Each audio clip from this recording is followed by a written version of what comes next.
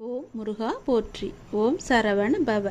என் அன்பு குழந்தையே, இந்த உலகமானது எப்படி வேண்டுமானாலும் மாறலாம். மனிதனாகனவன் எப்படி வேண்டுமானாலும் மாறலாம். எந்த நொடி வேண்டுமானாலும் மாறலாம். உங்கள் மீது நீங்கள் நம்பிக்கை வையுங்கள். வாழ்க்கை எந்த நொடியிலும் மாறும். மனிதர்களிடம் நீங்கள் கவனமாக இருங்கள். எப்போது மாறுவார்கள் என்று யாருக்கும் தெரியாது. நம்மை நாமே பெரிதாக எண்ணிக்கொண்டு அகந்தை கொள்வது கூடாது. சாதாரணமானவர்களாக நம்மை கருதும் போதுதான் நம்மிடம் கருணையும் பணிவும் நல்ல சிந்தனையும் வெளிப்படத் தொடங்கும். எல்லா ஆற்றல்களும் மனிதனுக்கு இயல்பிலேயே இருக்கின்றன. ஆன்மீகத்தின் உதவியால் தடைகளை போக்கி நாம் நிறைநிலையை அடைய வேண்டும். ஆன்மீகத்தின் உதவியால் தீயவர்கள் கூட மகானாக முடியும். இந்த உலகம் இறைவனுக்கு சொந்தமானது. உலக பொருட்களில் எல்லாம் அவரே இருக்கின்றார். இந்த கோணத்தில் பார்க்க தொடங்கிவிட்டால் நம் மனம் உயர்வு பெறும். இங்கொன்றும் அங்கொன்றுமாக நுனிப்புல் மேய்வது போல ஒருபோதும் மேயக்கூடாது. வெற்றி பெறவும் முடியாது நம்மால். எல்லாவற்றையுமே முழுமையாக ஆராய்ந்து அதிலேயே ஈடுபட வேண்டும். கன நேரம் இன்பமாக ஏதோ ஒன்று கிடைக்கலாம். ஆனால் அத்துடன் எல்லாம் முடிந்துவிடும். நம்முடைய இன்பமானது தொடர்ந்து நிலைத்து இருக்கும்படி செய்ய வேண்டும். ஒவ்வொரு நேர்மையான செயலும் அதற்குரிய வெகுமதி தர காத்து கொண்டிருக்கிறது. உணர்ச்சி வசப்பட்டால் முடிவெடுக்க முடியாமல் தடுமாற நேரிடும். உணர்ச்சி வசப்பட்டால் எல்லாமே ஒரு நொடியிலே மாறிவிடும். அதனால் எது செய்தாலும் பொறுமையாக நிதானமாக யோசித்து செய்யுங்கள்.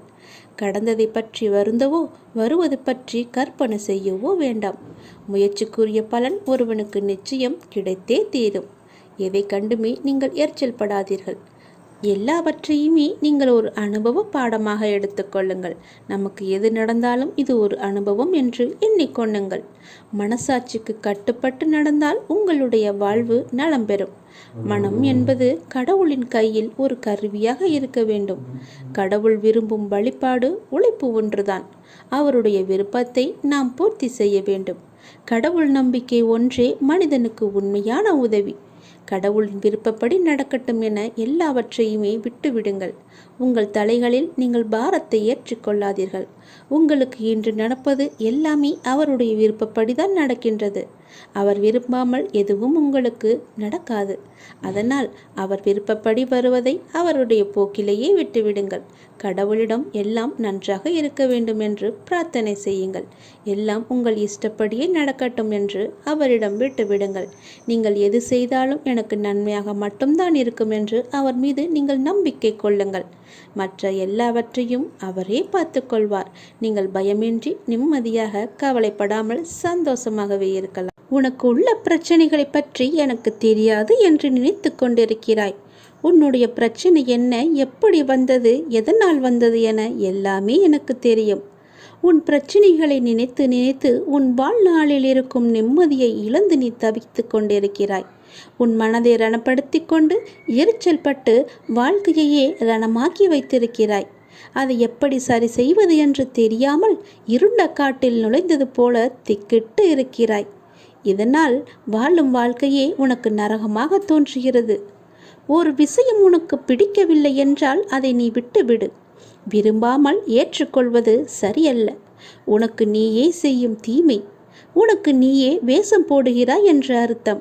உனக்கு அது நிம்மதி தராது. மற்றவர்களுக்கும் நிம்மதி இல்லாத சூழலை உருவாக்கும்.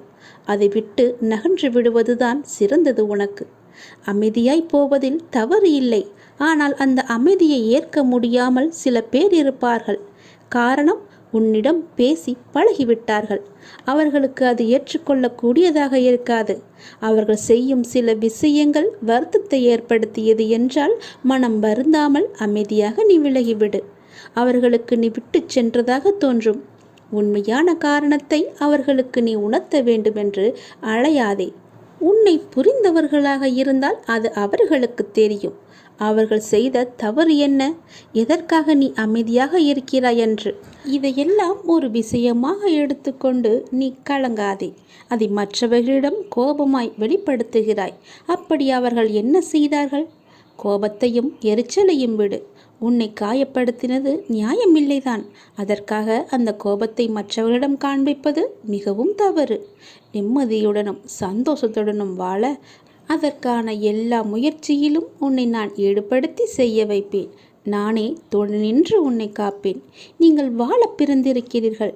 வாழ்வை அனுபவித்து வாழ வேண்டும். அதற்கு தடையாக உள்ள கஷ்டங்களையும் பிரச்சனைகளையும் வேறு விதமான சூழல்களையும் நீக்கி எல்லாவற்றிலும் சம்பூரணமாக வாழ வேண்டும் என்பதே இந்த அப்பாவின் விருப்பம். அப்பாவின் விருப்பம் உங்கள் வாழ்க்கையில் நடைமுறைக்கு வர வேண்டும் என்றால் அப்பா உங்கள் மனதில் இருக்க வேண்டும். அப்பா என் மனதில் இருப்பதை எப்படி அறிந்து கொள்வது என நீ கேட்கலாம். எந்த மனதில் அமைதியும் சாந்தமும் நிலவுகிறதோ, எந்த மனம் எப்போதும் அன்பினால் நெகிழ்கிறதோ, எந்த மனம் எப்பொழுதும் பொறுமை காக்கின்றதோ, எந்த மனம் அனைத்தையும் சகித்து கொண்டு போகிறதோ அந்த மனதில்தான் அப்பா முழுமையாக இருக்கிறார். சில நேரங்களில் கஷ்டம் கலங்கச் செய்யும், வேதனை திகைக்க வைக்கும், பிரச்சனைகள் மூழ்கடிப்பது போல தெரியும். ஆனால் திகைக்கக்கூடாது. எதையும் முன்ஜென்மத்து வினை என எடுத்துக்கொண்டு இனி வரும் நாட்களில் நாம் நன்றாக இருப்பதற்காக இந்த நிலையை அப்பா தருகிறார் என ஏற்றுக்கொள்ள வேண்டும். மனநிலை மற்றும் மாறுதல்களுக்கு மௌன சாட்சியாக இருப்பவன் இறைவன். அப்பா எனக்கு எதையும் செய்யவில்லை என கதறி அழுத நாட்கள் உண்டு. அழுத நாட்கள் எல்லாமே முடிந்து போகும். ஆனந்தமான காலம் உங்களுக்காக காத்திருக்கிறது.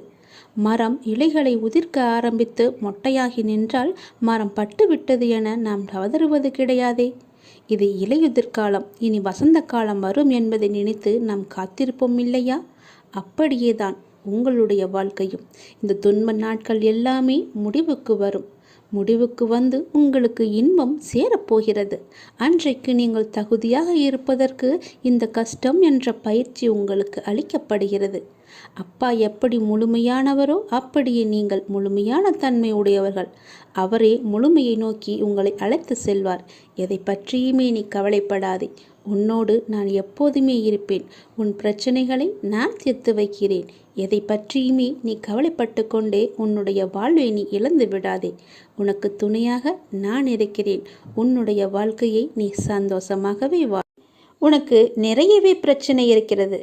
எதை சொல்லி எங்கே போய் அழுவது என்று தெரியாமல் நீ தினமும் புலம்பி தவித்து கொண்டிருக்கிறாய். எனக்கென்று யாருமே இல்லையே, நீங்களும் இருக்க மாட்டீர்களா அப்பா என்று என்னிடமே நீ கேட்கிறாய். உனக்கு யார் இல்லை? எல்லோருமே இருக்கிறார்களே. நீதான் அவர்களை புரிந்து கொள்ளவில்லை. யார் என்று சொல்கிறேன் தெரியுமா? அந்த கடவுளை தான் சொல்கிறேன். உனக்காக அம்மாவாக அந்த அம்மன் இருக்கிறார். அப்பாவாக அப்பன் ஈசன் இருக்கிறார். குருவாக நானும் இருக்கிறேன். உனக்காக எல்லோருமே இருக்கும்போது, உனக்காக அந்த கடவுள்களே இருக்கும்போது நீ ஏன் எனக்கு யாருமே இல்லை என்று சொல்கிறாய்? உன் கவலையை போக்க அந்த படைத்த இறைவன் எங்களுக்கு தெரியாதா? உன் பிரச்சனை என்ன என்பது எங்களுக்கு தெரியாதா? உன் பிரச்சனையை கேட்பதற்கு எவரும் இல்லை என்று நீ கவலைப்படாதே. உங்களுக்காக உனக்காக நாங்கள் எல்லோருமே இருக்கிறோம். எந்த பிரச்சனையாக இருந்தாலும் சரி எங்களிடம் சொல், உடனே நாங்கள் தீர்வு கொடுக்கிறோம். உனக்காக, என்னுடைய குழந்தைகளுக்காக நாங்கள் எது வேண்டுமானாலும் செய்வோம்.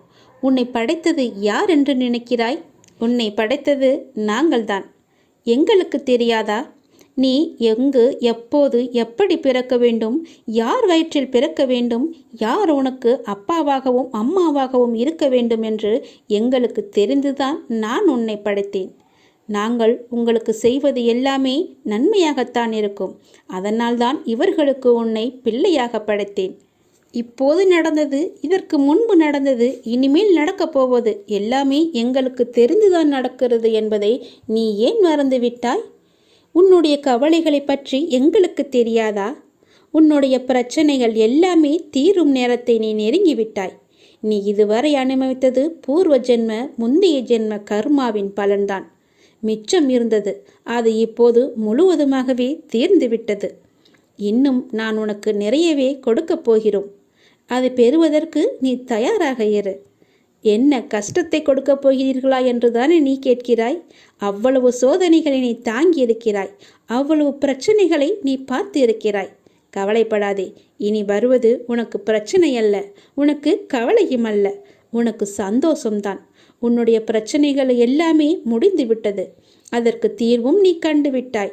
இனி நடக்கப் போவது எல்லாமே உனக்கு ஜெயமாகவே இருக்கும், சந்தோஷமாகவே இருக்கும். நீ கேட்டது அனைத்துமே உங்களுக்கு கிடைக்கும். நீ எதிர்பார்த்தபடியே உன்னுடைய வாழ்க்கை நிச்சயமாகவே அமையும். என் வார்த்தையை நம்பு. உன்னை நான் படைத்தேன். என்னுடைய இரு கரத்தை கொண்டு நான் உன்னை ஆசிர்வதிக்க வந்திருக்கிறேன். என் கரத்தை உடனே தொட்டு என் ஆசையை நீ பெற்றுக்கொள். எல்லையில்லாத மகிழ்ச்சி உன்னை தேடி வரப்போகிறது. உங்களின் உணர்வுகள், எண்ணங்கள், பேச்சுக்கள் எல்லாம் எத்தகைய நிகழ்வை சுற்றி விரும்பியோ வெறுத்தோ தீவிர வட்டமிடுகின்றதோ அதுவே நடக்கும் என்பதை நீங்கள் உணர்ந்து கொள்ளுங்கள். உங்களுடைய மனமானது எப்பொழுதும் மகிழ்ச்சியையும் சந்தோஷத்தையும் இனிமையை மட்டுமே நினைத்து வைத்துக் கொள்ளுங்கள்.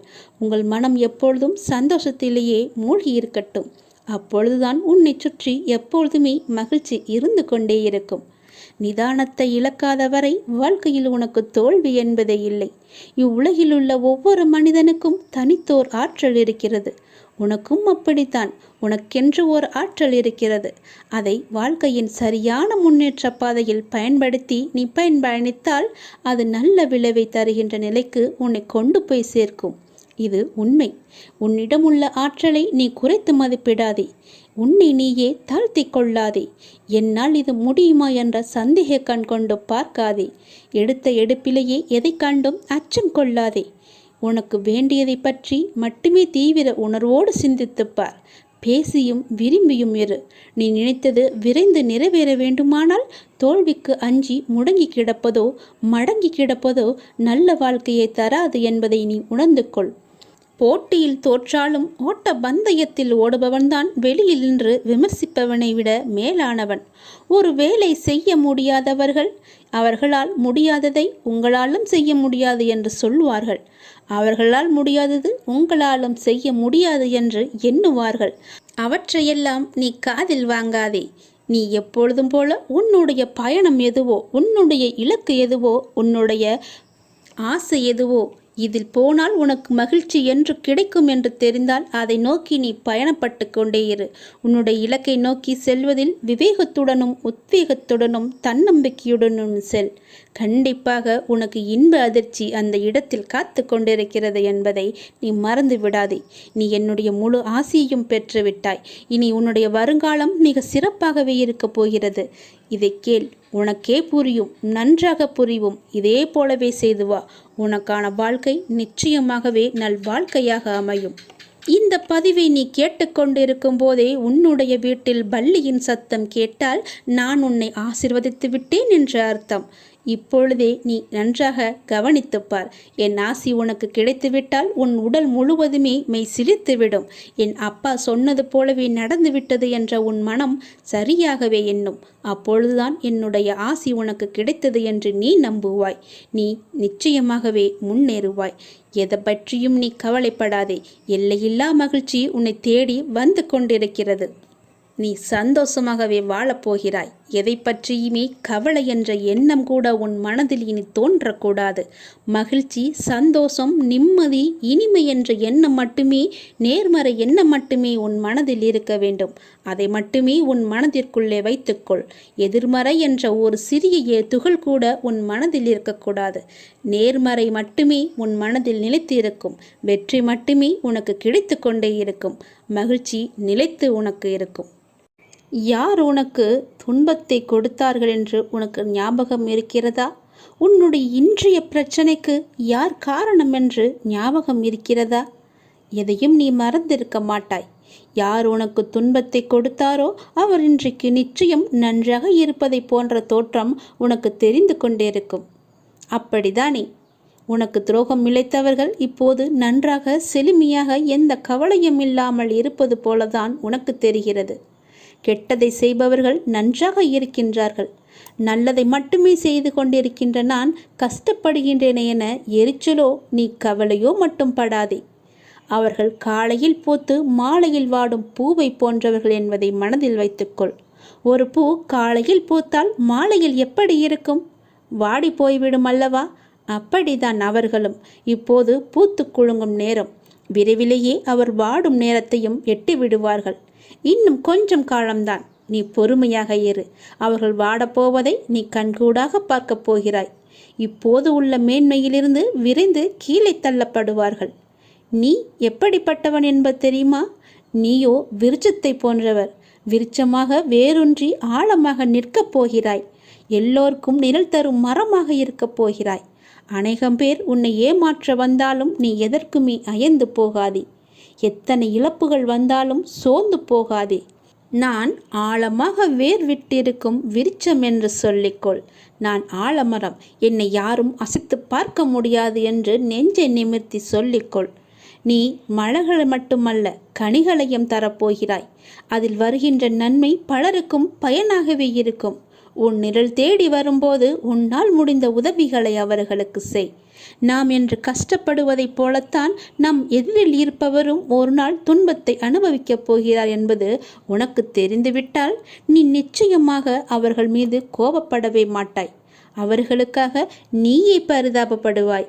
வேண்டாமப்பா, அவர்களை விட்டுவிடு என்று நீயே உன் வாயால் சொல்லும் அளவுக்கு அவர்கள் நிலை பரிதாபமாக இருக்கப் போகிறது. இன்று நான், நாளை நீ என்று சொல்லிக் கொள்வாய். உனக்கு தவறு இழைத்தவரை பார்க்கும்போது இவரும் தண்டனைக்கு தயாராகிறார் என்பதை தெளிவாக தெரிந்து அவருக்காக நீ பரிதாபப்படு. இப்படி செய்யும்போது எத்தகைய சூழ்நிலையிலுமே நீ பாதிக்கப்பட மாட்டாய். உன் மனதில் குழப்பம் வராது. உன் மனதில் தெளிவு பிறக்கும். உன் மனதில் கவலையே இருக்காது. உன் மனதில் நிம்மதி இருக்கும். எதை பற்றியுமே நீ கவலைப்படாதே. ஏனெனில் அப்போது உன் மனதை படிக்கின்ற நான் நிச்சயம் பல வெகுமதிகளை அள்ளித்தரப்போகிறேன். நீ கவலைப்படாதே. நீ சந்தோஷமாகவே இருக்கப் போகிறாய். நிம்மதியாக வாழப்போகிறாய். எப்போதெல்லாம் எங்கெல்லாம் அநீதி தோன்றுகிறதோ அப்போதெல்லாம் அங்கெல்லாம் நான் அவதரிப்பேன். அநீதியை நான் அழிப்பேன். நான் என்று கூறுகிறாயே அர்ஜுனா, நான் என்பது எது? நான் தான் நீ, நீதான் நான். உன்னை இயக்குபவனும் நான் தான் என்பதை நீ தெரிந்து கொள். உனக்கு நடப்பது எல்லாமே என்னால் என்பதை தெரிந்து கொள். உனக்கு நடப்பது எல்லாமே உன்னுடைய நன்மைக்காக நான் செய்கிறேன் என்பதை தெரிந்து கொள். எந்த பொருளையும் தீயிலிட்டால் முதலில் அது கருப்பாக ஆகும். பிறகு இன்னும் அக்னியுடன் போட்டால் நீற்று போகும், சுத்த வெளுப்பாக ஆகிவிடும்.